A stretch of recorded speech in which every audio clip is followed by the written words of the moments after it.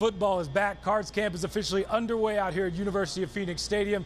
You know, everyone is accounted for and everyone passed their conditioning test, but afterwards things quickly got serious and football wasn't the main topic. Team President Michael Bidwill addressing the media to start camp, something he has never done before, but Bidwill had a purpose.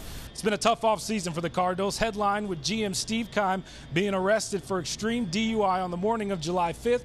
The Cardinals acted quickly, suspending Keim for 5 weeks and fining him $200,000. He was not here today, and he can't be here. He can't have no contact with the team. You know, Bidwill and Keim's relationship, it goes back a long time, but this punishment was a no-brainer. I think it's important for everybody to know, you know, in this day and age, there's no excuse to drink and drive. That we have Lyft, we have Uber, you know, and there are consequences, not just legal consequences to the person that may be arrested, but people can be hurt or killed.